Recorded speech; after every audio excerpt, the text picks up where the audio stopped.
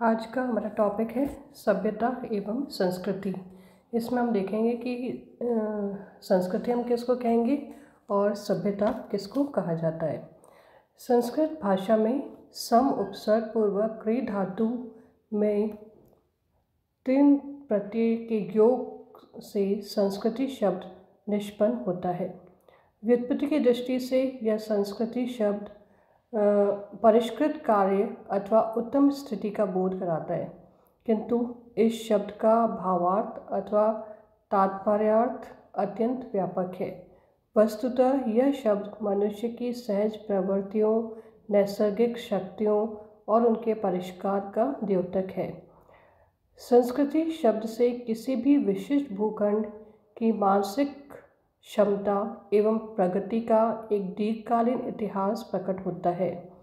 व्यक्ति के मन, शरीर तथा आत्मा से संबंधित नैसर्गिक शक्तियाँ संस्कृत से ही परिवर्धित और परिमार्जित होती हैं। मन और आत्मा की तृप्ति के लिए मनुष्य जो विकास अथवा उन्नति करता है वह समग्र रूप से संस्कृति के अंतर्गत आता है।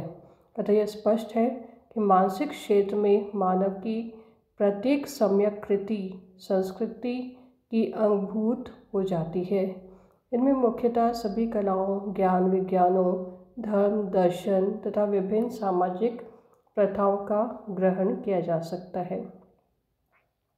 सभ्यता शब्द का व्युत्पत्ति लब्य अर्थ है सभा में बैठने की योग्यता, अतः सामाजिकता ही सभ्यता शब्द का प्रधान अर्थ है।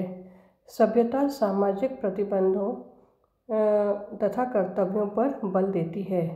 शिष्टाचारगत नियमों के साथ साथ सामाजिक उत्तरदायित्व एवं सामाजिक आचरण भी सभ्यता के द्वारा निर्दिष्ट होता है। अतः सभ्यता के द्वारा मनुष्य की भौतिक सुख समृद्धि तथा तदंतर्गत व्यवहार का परिज्ञान होता है। इसी आधार पर जो राष्ट्र भौतिक दृष्टि से अधिक प्रगतिशील हैं वे स्वयं को दूसरे राष्ट्रों की अपेक्षा अधिक सभ्य मानते हैं।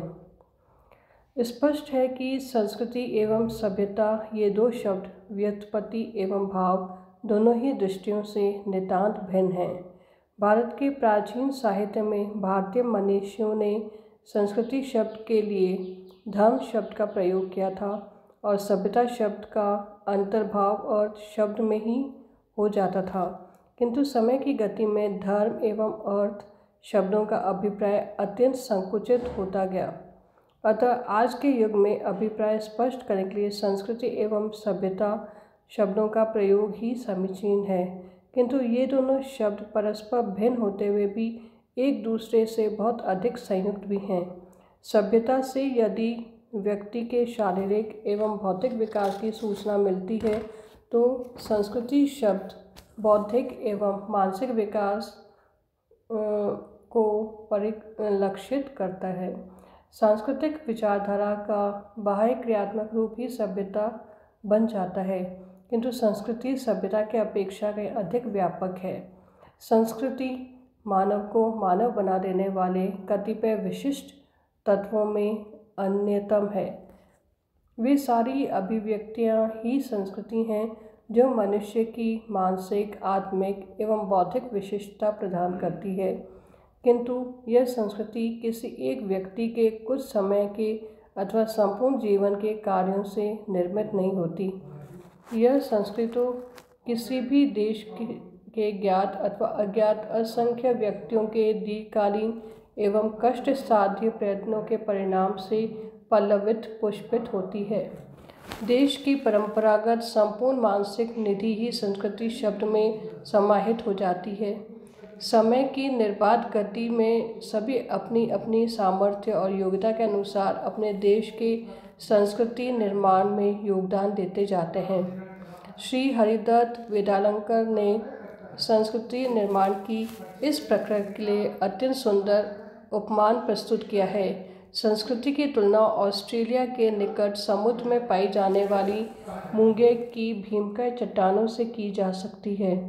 मूंगे के असंख्य कीड़े अपने छोटे घर बनाकर समाप्त हो गए, फिर नए कीड़ों ने घर बनाए उनका भी अंत हो गया। इसके बाद उनकी अगली पीढ़ी ने भी यही किया और यह क्रम हजारों वर्ष तक निरंतर चलता रहा। आज उन सब मूंगों ने नन्हे घरों ने परस्पर जुड़ते हुए विशाल चट्टानों का रूप धारण कर लिया है। संस्कृति का भी इसी प्रकार धीरे धीरे निर्माण होता है और उसके निर्माण में हजारों वर्ष लगते हैं। मनुष्य विभिन्न स्थानों पर रहते हुए विशेष प्रकार के सामाजिक वातावरण, संस्थाओं, प्रथाओं, व्यवस्थाओं, धर्म, दर्शन, लिपि, भाषा तथा कलाओं का विकास करके अपनी विशिष्ट संस्कृति का निर्माण करते हैं। भारतीय संस्कृति की भी इसी प्रकार रचना हुई है। किसी भी देश की संस्कृति उनके विभिन्न युगों के आचारों पर विचारों की परंपरा से उत्पन्न एक भूषणविद परिष्कृत स्थिति की द्योतक होती है। विश्व में प्राचीन एवं अर्वाचीन अनेक संस्कृतियाँ हैं, किंतु उन सब में भारतीय संस्कृति का स्थान अनुपम एवं सर्वोच्च है। भारतीय संस्कृति के अनूठे महत्व को पाश्चात्य अथवा पौरस्त्य सभी मनुष्यों ने एक स्वर में स्वीकार किया है।